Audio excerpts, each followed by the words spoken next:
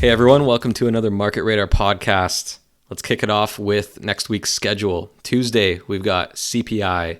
Wednesday, we've got retail sales. Thursday, we've got Philadelphia Fed Manufacturing Index. And Friday, we've got industrial production. So we've got a very important week coming up.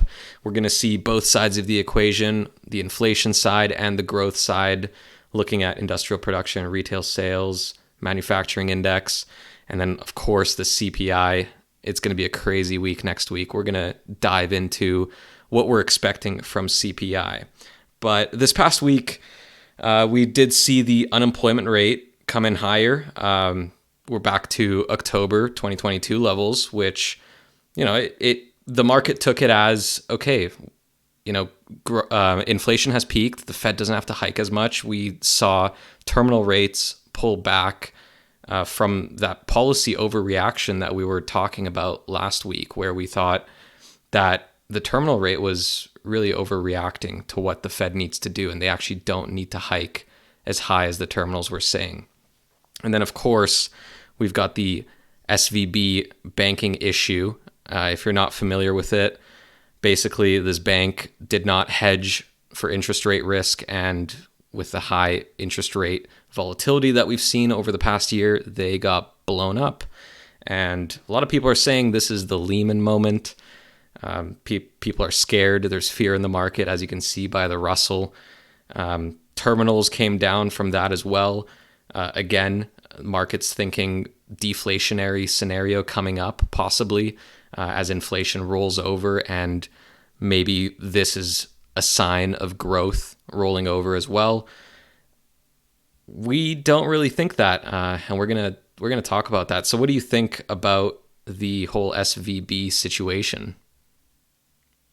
So obviously, everyone's talking about this contagion risk, right? They're looking at SVB and they're saying, if this bank is insolvent, who did they loan to, or who is connected to them that may now become insolvent as well? Pretty much like an FTX scenario, right? Like if once FTX went under, then like the tide went out and we saw who wasn't wearing clothes. And I think that's pretty much what most people are expecting. And I'm sure there's another bank out there that has exposure to via SVB and would in turn be insolvent at this point in time. But the the big question that you have to ask yourself is this an actual banking issue, or is this just or call it a reckless regional issue? Now, Yeah, like is this the Lehman moment that people are absolutely calling? not.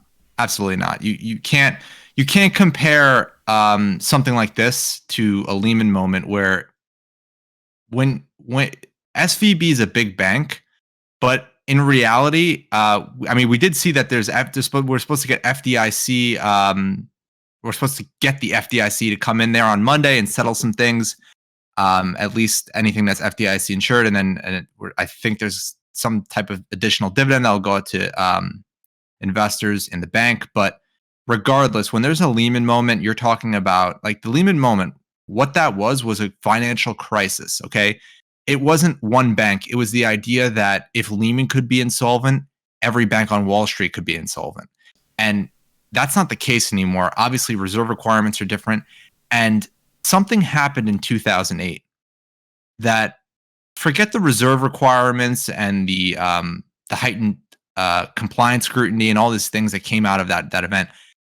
The Fed bailed the banks out, right? The ones that mattered, obviously not Lehman.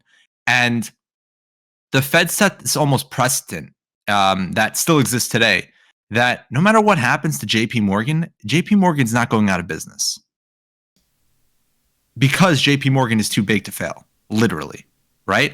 And this will be an argument that will be volleyed back and forth between the regional contagion risk that everyone's talking about up to the quote unquote Lehman moments, or the Lehman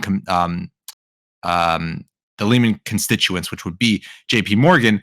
And let's just take a look at JP Morgan. You can see we did have some fear on Thursday. JP Morgan did sell off 5%, but it pretty much reversed almost all of that today, or at least half of that. So obviously there's not so much fear in these bigger names. And what ends up happening is the contagion, obviously the way risk spreads, right? It's going to go from the small up. it's not going to go from the large down. So what ended up happening and why you see the Russell look so, you want to say shitty the way it looks, it's practically because we had small banks, small companies within the that are going to fit within the Russell, right? Small cap banks, regional banks, they got hit the hardest. So what's going to happen is they're pulling the Russell down.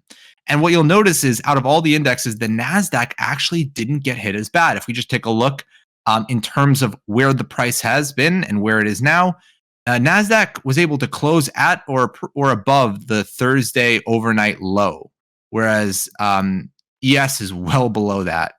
Russell well below that, and Dow well below that. And the reason is the NASDAQ has the least bank exposure out of all of them. So right. So if this really was a big catastrophe, like a lot of people are making it out to be, there would be a lot wider of a spread, right? It wouldn't be so focused in just the banking sector. Right. Exactly. And then we have certain names. These are other small cap regionals like First Republic Bank, right? This is a market cap of 15 billion. This thing was down 50% on the lows on Friday's trading, but closed only down 14%. So obviously someone came in and bought this stock. Well, so do you think this is overblown and we're just going to degree, yeah. What do you think is going to happen going forward? I'm going to say this, and I could be wrong, but this is how I feel. I think that a lot of the major selling in the Russell with this event has been pretty much controlled at this point. When in terms of like the liquidity pressure from this from SVB, this whole financial thing within the small caps, I have a feeling that we saw basically the capitulation in Friday's trading where we couldn't get lower. If we look at Friday's trading here on Russell, you can actually see Russell was able to close, and this is the after hour session, but Russell was able to close off the lows rather with some thrust upwards. And I don't want to get too technical, but when you look at things that are happening like this and you're looking at the components of the small cap banks that are also bouncing big, they can still pull back a bit. But once you understand why SVB was insolvent, you realize that the smaller banks, there's in fact, like I said, an insolvency risk, but it's most likely going to be contained in that small area, and it's not something that again, the market isn't really. Look, the market has a very soft spot for financial crises because of what happened in 2008. We saw the SPY or the S&P 500 down 65% from peak to trough. Okay, that's crazy. That's worse than COVID. Yeah, that drop. It's just COVID was such an accelerated drop in such a short period of time, which made it so brutal. But 2008, people literally did not know if Wall Street was going to continue. That is not where we are today. Well, yeah, you can kind of see that fear. That basically the last 2 days, we saw the market pricing in deflation. So we saw terminals coming down. We saw actual cuts starting to be priced in mid-year now, which is insane. And, bond yields reversing. Those are all deflationary signs. We saw different deflationary sectors outperforming sectors in deflation, performing well over the last 2 days. So it was heavy deflationary days. The market did a complete 180. And so it really feels overblown, especially because our system is definitely not picking up deflation at all. Right. And another thing to notice here with the way that the market reacted was if we look at VIX. Now, let me go back to RTY quickly. So Russell. So if you're looking at this and you're wondering what would happen next after a liquidation like this in pretty much a straight line, two things happen. Okay. Either we break this low that we made on Friday, and what ends up happening is I'm sure a lot of people are pressing this short or have been pressing this short the last few days because they think of this whole contagion risk. They want to chase the domino that will fall the fastest, which would be small. They would be the small cap banks would fall the fastest, right? So they're going to press short. So now we have people that are trapped short here. Now, what you also have is we saw that what seemed to me at least like capitulation on Friday. So if this low holds, we should see a bounce, preferably back or reasonably back up to Momo. That's where we'll get the decision on: are we going to revert higher, or are we going to roll over and continue lower? Now, if Monday we're just immediately under the low, obviously there wasn't enough capitulation and we can go lower here, and that will probably bring the market lower as well. So if you're watching RTY, just know that the low here should hold based on what we've seen. Obviously, macroeconomic events next week that will push the market around in either direction. But in terms of the banks, I have a feeling like most of that volatility has been realized already. And we can see that with VIX. So just on Thursday morning, pretty much VIX was trading in the 18s, low 19s. And by Friday afternoon, we were trading at 29 on VIX. So obviously there was a big vol expansion event here, and that was most likely created by this whole SVB situation. Now, some people will say like, okay, no, there's other things surrounding the reason for a vol expansion event, but it's most likely the SVB event, and that pretty much scared markets, shocked markets into not basically underpricing risk in a time where things are changing, right? We had the NFP numbers come in, the payroll numbers come in above expectation, but unemployment did as well. So market saw that as a reason for the Fed to back off on policy. Now, there's a fine line here, and we're going to go over that in a few sections. We're going to go over that fine line and where we go from there. But let's go over CPI and what that favors in the next report. So we have CPI coming out on Tuesday. Now, the bond market is off its low. Now, going into the prior CPI meeting, we had the bond markets at this high in pretty much both in this high area, in this high range, going into the last 2 or 3 CPI readings. Now we're getting back up there going into this reading. Now, what is the bond market telling you? Well, the bond market's telling you 2 things. Number one, the way it was moving and the way that they're pricing the Fed funds futures, it's not so worried about inflation anymore. It's worried about market risk, that being deflation / recession / credit risk, whatever it is. The market is pricing some of that in. Now, we were at on March 8th, we were at a 570 basis point terminal that was expected to be hit in like June or July of this year. Since then, we have moved to a 530 basis point terminal. So literally the terminal is down almost 2 cuts this week. And we're starting to see some cuts being priced in further out on the curve, which we went over this a bunch of times. That is not as accurate as most would like it to believe. We've seen just in December of 2022, the Fed expecting to cut rates at the end of 2023. That was erased, and now it's back. So there's a lot of roller coaster action on the back end of those expectations. Don't focus too much there. Focus really in the next 1 to 2 meetings. That's what matters. In the terminal, of course, within the next 3 to 4 meetings. That's all that matters. The rates and cuts and the hikes and cuts in between are not as important. Right. It's pretty much just the market getting scared, like something broke now, right. And so futures are thinking, okay, we're at that point where things are starting to break. The Fed is probably going to have to cut soon if something important breaks, something bigger than SVB breaks. Right. Yeah. And I think that's what you're seeing. And that's some of the risk and what SVB did as well is it created a situation where consensus can now believe the Fed may have to panic, and may is a key word, where the concern now is if this SVB event is not contained, and it really is a brewing issue across a lot of regional banks, it's going to be very hard for Powell to go into the FOMC meeting, not next week, but the week after, and be hawkish and really juice up the market or juice up the rates, or I should say the bonds, into thinking that Fed policy will go much higher. Because if things are starting to break now, the Fed is there to basically save the banks. That's what they care about. They do all this bank analysis, and then between them and the Treasury, they want to make sure the banking sector in America is robust. So if there's weakness there, I wouldn't be surprised if we even hear Powell say something about SVB. I would not be surprised at some point in the presser, and it may not be a direct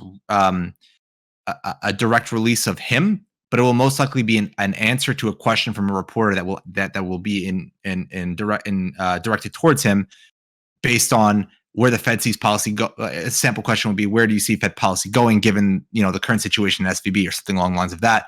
I think we're going to definitely see some questions on that, and Powell's going to have to answer those questions swiftly because, again, the key here is you don't want inflation to run away, right?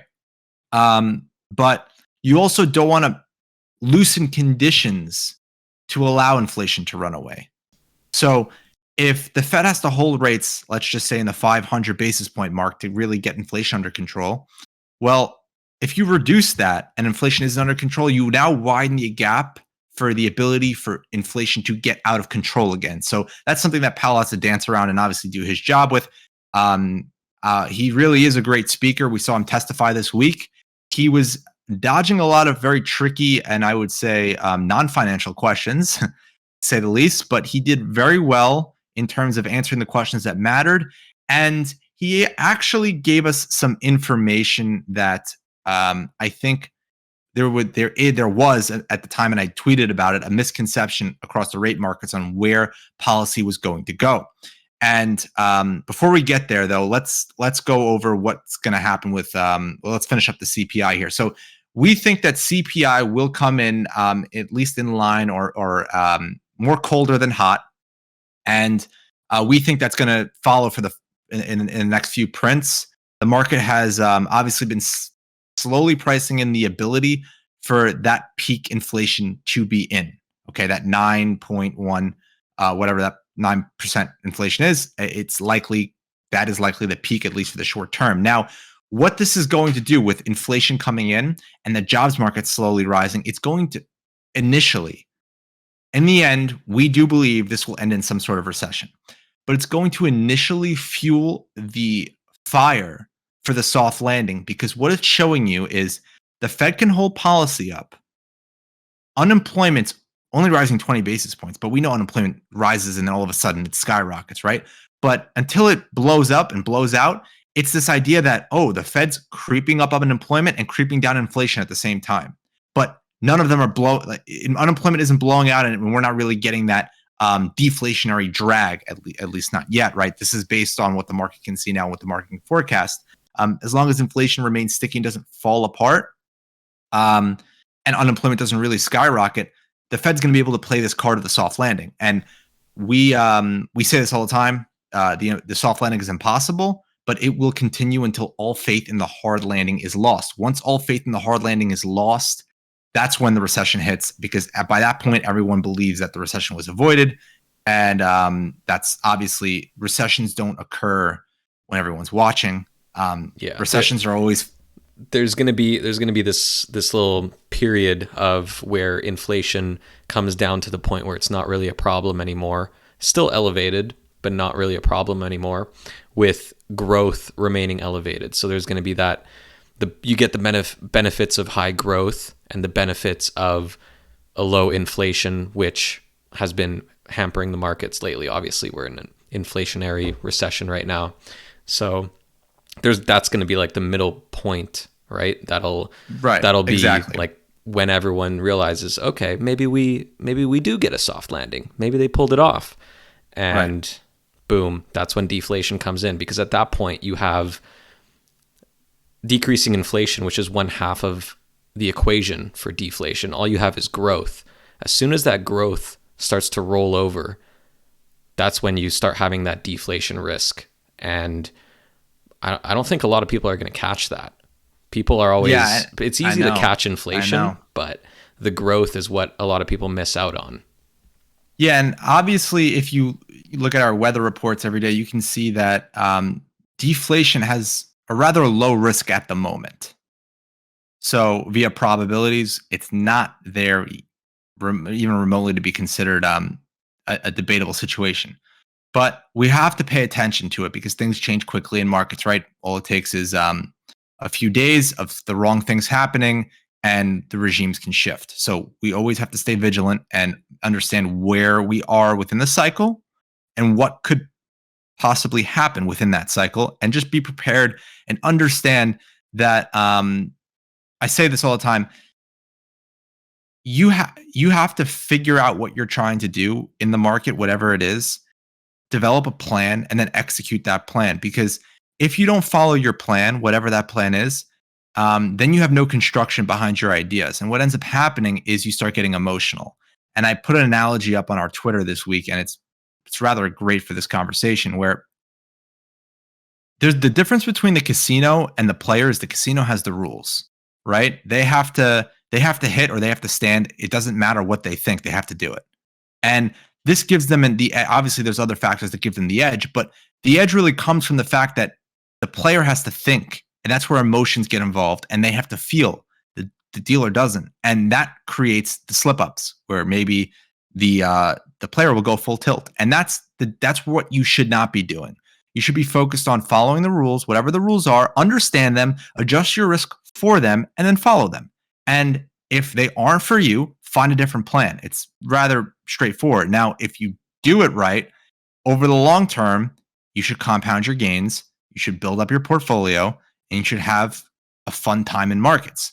Do it the wrong way, and you'll blow yourself up, and you'll have this bad taste in your mouth from the markets that really you shouldn't have. So the key there, especially going into these macroeconomic events in the next few weeks with CPI, FOMC, this whole banking debacle going on right now, just understand what could happen can always happen. The worst that could happen can always happen. Be prepared and manage your risk on a day-by-day basis. But let's roll over into the recession talks we were just talking about. So those that have DDAP on their charts or look at spreads or rates a lot, I'm going to explain to you what we talk about a lot with the yield curve. So what we're displaying is the 2s and 10s, which is the 10-year minus the 2-year. And this gives us the spread, which is basically the slope of the yield curve. If this is positive, it's showing that the slope is positive.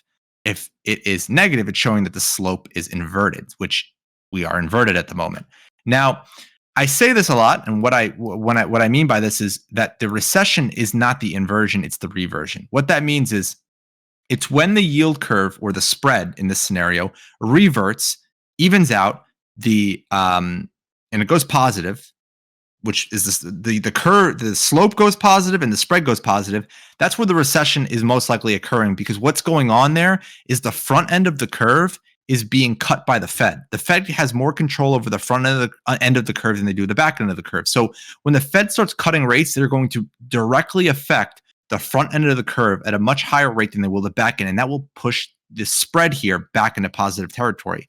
But not just the Fed cutting rates. The anticipation of the Fed cutting those rates will start the reversion. So once we see the reversion start, then we know that, okay, the Fed's thinking, or people are thinking the Fed's thinking they're going to have to cut rates because a recession is underway, and so on and so forth. That is how we can view the yield curve. That's how the yield curve should be viewed. So what we can do, though, is if we disable DDAP and we look at the spread, you can see that there's quite a bit away from here. There's about 89 basis points on the yield curve from here to zero, which also shows you that we're rather deeply inverted.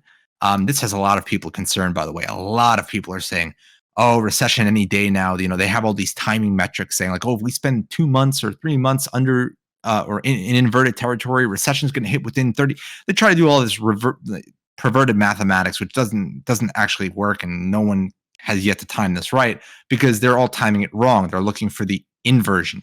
Look for the reversion. And the way we can start timing the reversion, obviously the reversion only happens when you get above zero, but the way we can start timing that reversion is by just looking at DDAP. Right now we have Momo on the spread at 52 basis points, meaning trend is at 52 basis points. Above 52 basis points, we can go bullish on the 2s and 10 spread. What that means is there's now more upside for it to get to zero and potentially higher and continue the reversion. So for us to get the reversion, the yield curve has to go at a minimum above 52. Because if it doesn't go above 52, it'll stay bearish trend. And what we know about bearish trends is they tend to go lower. Bearish trends tend to lead to lower prices. So if we don't get above 52, it's most likely going to stay bearish for some time and chop around. Once it does get above 52, we can start looking at yield curve reversion plays, yield curve reverting as a whole, and ultimately a recession. Now, for that to happen, we have to get above 52, which is that orange line. But the best part about this is our trading indicator, and it will move down over time. So as long as the spread continues to trade on a day by day, that trend line will slowly move lower and lower and lower and lower until it may get down to 60, 65, 70. And that just gives us a better look and better entry on the reversion trade. Now, until this curve reverts, don't expect a recession to occur. We're going to need that yield curve reversion to get that recession. So what I say when I say the soft landing, the impossible soft landing will continue, the reason I say that is because if we can't get a recession right now, the market works in two ways, and it's rather simple. Either it's screwed or it's not screwed. So if we're not screwed in a recession, the market's going to run with the other narrative until one of them catches the other. So until we get that recession, the market's going to most likely look at it as a positive situation, a soft landing situation. Now, I also want to bring into context here the upcoming Fed meeting, what's going on with that, with the terminals coming down. More importantly, this week, Powell testifying. Rather remarkable, by the way. The minute he sits down, the dollar shoots up. Guy doesn't even open his mouth yet. It's crazy. The terminal starts shooting up. He hasn't spoken yet. They like to say it's maybe the color of his tie. I don't know. It's some Wall Street bets nonsense. But someone's got some algos going based off the color of his tie. Yeah, pretty much something crazy, right? Long story short, it's just a joke. But the markets did move rather quickly without him giving up too much information, which is very interesting. Maybe there was some type of push-pull, whatever. Long story short, terminal shot up, and we saw. And then once Powell really started speaking, he started solidifying the possibility of a 50 basis point hike at the next meeting. Now, if you ask anyone, are you going to get a 50 basis point hike today, which is rather crazy because this was only 2 or 3 days ago. So in the last 3 days with this whole SVB thing, everyone's thrown this possibility of a 50 basis point hike out of the window. And we can see here with the expected move in Fed funds rates. So this was Tuesday. I'm sorry, I said Wednesday. He started his testimony started on Tuesday, it finished on Wednesday. But on Tuesday, we got the shoot up. This was the up pricing of the 50 basis points. That's what this was right here. And we've pretty much completely reverted that. So within 2 days, we priced in 50, and with another 2 days, we priced out 50. Now, the question is going to be, is the Fed going to do 50 or not? The market's kind of stepping back from that. And more importantly, I think Powell said a few things during his testimony that not many people were listening to specifically because we've gotten accustomed to looking at the Fed funds futures to dictate Fed policy. And I think it's very important that we simplify this. The Fed funds futures market does not tell the Fed what to do. Just like the bond market does not tell the Fed. There's a bunch of people that like to assume that the bond market controls the Fed, like the 2-year. That'll move the Fed. In reality, the 2-year starts moving because they anticipate the Fed to start doing so. If the Fed decided to keep rates at 5% for the next 20 years, the 2-year isn't going to do much about it. Like that's the situation that happens when the Fed is the ultimate decider of where rates go. So in the same with their policy decisions, at the end of the day, they may look at the market and they say, okay, the market's giving us some room to move. Without us spooking the market. But at the end of the day, the Fed funds futures are not a foolproof way of pricing Fed policy. Over time, they've been wrong with their terminals. We've seen it just in the last 2 months here. The terminal go from 480 to 580, now down to 530, as if they don't know what's going on. So obviously, this is not a foolproof way of looking at the market. The Fed can come out 100% and do 50 basis points and just do it to do it. But the way Powell was talking during his testimony is very important. He was saying, and he was referring to Fed expectations of the Fed that policy could go higher than most expect. And I think the difference here where the market got spooked with this 50 basis point move is the reference of where to start with expectations. If you take a step back and you realize the way the Fed works is the Fed is a very laid out data reporting, a very professional entity, right? They're to think that they're sitting there watching every tick on the Fed funds futures and thinking about what's going to happen, about where they're going to move policy is really not what's going on. Because at the end of the day, the policy has to be voted on, right? So they have to vote on where to move the policy. Even if the Fed funds futures say something, they have to acquire the votes to actually move that policy. And if we look at the December meeting, December 4th or the December 14, 2022 dot plots from their FOMC meeting, you'll notice that the 2023 dot plots were sitting around 500 to 525. That's where the cluster is. Okay. Now, what you'll also notice is the Fed has come out from this meeting and after this meeting and the February meeting saying multiple times that they want rates at just above 5%, which would make sense, right? You can see that with the dot plot here, that there's a cluster of votes here sitting that they want that they or assumptions of the individuals saying that they think that the Fed policy should get or will be at 525 basis points, right? So if this is expectations, this is the last dot plot the Fed released. They will release another one in March in the March meeting. We'll get some more insight on that. But if this is their expectation of where policy is going, then 550 basis points is already one rate hike over their policy expectation. And if you really look at where their dots are, they're really leaning on 500 basis points. So you have to take a step back and really look at where the Fed is pointing at pushing policy higher from. Is it the Fed funds futures at 580 basis points? Or where they were at 580, 570 just 2 days ago? Or is it the dot plot? Because the dot plot is what they report and what they think they're going to do, not what the market's going to do. So now, again, none of this is foolproof, but this is just some insight that we took and we picked up on. And we really started thinking that as Powell was speaking with the 50 basis points, there was a policy overshoot. Then we had SVB on Thursday into Friday, and that all was erased. Yeah, it just kind of proved us right that it was a policy error in the futures. Right. Now, I think that where terminals are going, specifically later in the end of the year, we're back to cuts.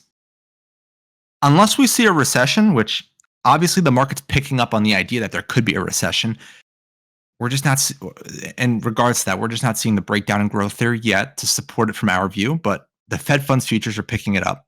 There could be a recession. There could be a reason to cut rates. Maybe rates are too high or too strenuous on the banks, whatever, so be it.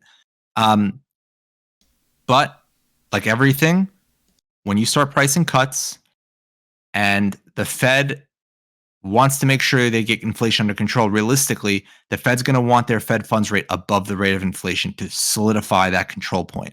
So if they can't get that above the rate of inflation, or at least hold it above the rate of inflation for some time just to clean up the risk of inflation running away on them, the Fed's not going to cut rates at the end of the year. They'd rather just hold and wait. They've done a great job already hiking rates, right?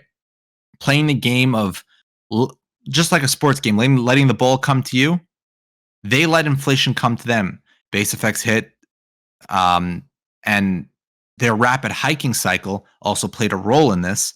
But we're starting to see the base effects work against inflation. So inflation should start coming down. The Fed should be in a position where they can hold rates even at 500 basis points, if that's all they get to. And inflation should come in under it at some point. Now, I do think they may have to go above 500 to a degree, but there's this whole talk of 600 basis points. As of right now, I don't see the reason on why they would need to go to 600 basis points. If the last CPI reading, which was January reported in February, was at 640 basis points. Now, you can argue that core is a little bit stickier. But core is not 640 basis points. So in general, the Fed just has to get their Fed funds rate across above the varying metrics of inflation to really solidify that and basically say, like, we are going to follow inflation up at this point if it continues to rise. But typically, when the Fed gets above the rate of inflation, they tend to get inflation under control unless there's a more of a drastic event like 1980 which was a subsequent event of a few years earlier when inflation rose. They got under control, but they let off the gas too quickly, or they let off the brakes too quickly, and inflation started skyrocketing. And they had to chase it up. They know that they're not going to make the same mistake. I pray they're not that dumb, but I don't think they are. But we can see that they've definitely learned their lesson. They are planning on holding rates for a while, and when we're in that situation where we see inflation rolling over and the Fed's holding rates at 5%, 5.25, whatever it is, at that point it's all up to growth. We got to see growth sustain and get us through, or else we get into a situation where inflation whipsaws and growth falls off a cliff. That's deflation right there. And maybe that's what the futures are expecting to happen this year, but we're just not seeing it in the yield curve inversion. We would see it on there, and we would see it in real yields as well, which they're just not pricing in at all. So not yet. But we take it day by day. Anything can change, but as of now, definitely seems like an overreaction due to this SVB banking issue that arose this past week. Yeah, and obviously, paying attention to CPI on Friday, you have to look at the print of what we're going to see on Tuesday is important. But it's more important to see where the expectations of future inflation will go. Meaning, if headline comes in at 6.5, which is 10 basis points above the prior print, which isn't too bad, but we start seeing a lift across maybe services blow up even more, or anything in the core basket starts accelerating even more, and expectations start getting even stickier and higher going out in the following. That'll be pushed into the following prints. Then this will become a bit problematic for the markets, because it would show that the Fed really has to hold, maybe even go higher. So we're gonna have to see how this plays out. But what we're thinking, to sum it up, CPI should be on its way down as long as the Fed holds steady, continues to stay course here of rates as high as they are today, or maybe higher. They should run the course of colliding with inflation at some point in the next few months. And that's where they're going to have to make their stand and hold it out. And they know that too. That's why you hear them say that they think they're going to hold rates at 500 basis points all year. So when the markets, and what we say is an overreaction in policy, when we don't know inflation is really under control, we assume it is, right? We think it is, but we don't. Like, the Fed doesn't know yet either. So until that happens, we have to assume that they're going to do exactly what they said, and which they've been saying over and over again, that they're going to get rates to or slightly above 500 basis points and hold them. And that's where we come and say there may be an overreaction in the back end of the Fed funds curve right now. I don't think you're going to see the same rubber band that you saw back in December when we said that the 480 was too low and we went all the way up to 580. I don't think there's that 100 basis points of upside on the back end of the curve, though, like there was prior. But there definitely, we have to watch out for that shaping up and reverting higher and maybe staying stickier than at least people are pricing right now. And other than that, we're going to wrap this podcast up here, guys. Thank you so much for listening. If you enjoy this, please like, subscribe, and share with your friends. To the Radar members, Giga Chads Unite.